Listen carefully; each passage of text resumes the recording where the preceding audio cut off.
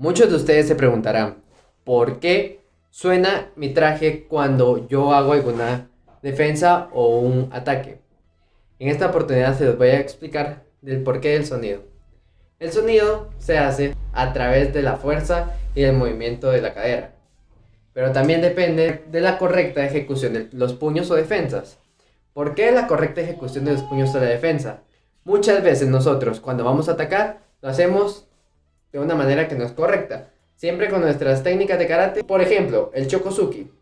El chokosuki, si vengo yo y lo hago con los codos separados de mi cuerpo, si yo no junto los codos, esto no sonaría.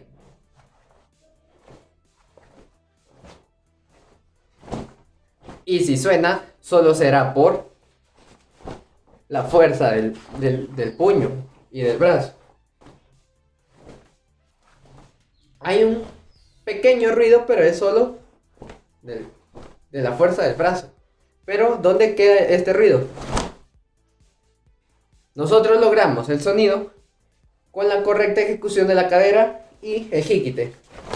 Esto. ¿Por qué suena? Pues porque el codo pasa rozando con mi cuerpo. Aquí. Y con la fuerza que lleva el hikite. Si el hikite está mal, esto no sonará. Pero ahora, si hago bien el hikite, ¿sonará? La respuesta es sí, va a sonar. Llevaré por el ejemplo al chokosuki. Chokosuki. ¿Ven? Se escucha. Lo mismo si hago ageuke. El sonido está. Pues porque es la fuerza y la correcta ejecución del hikite.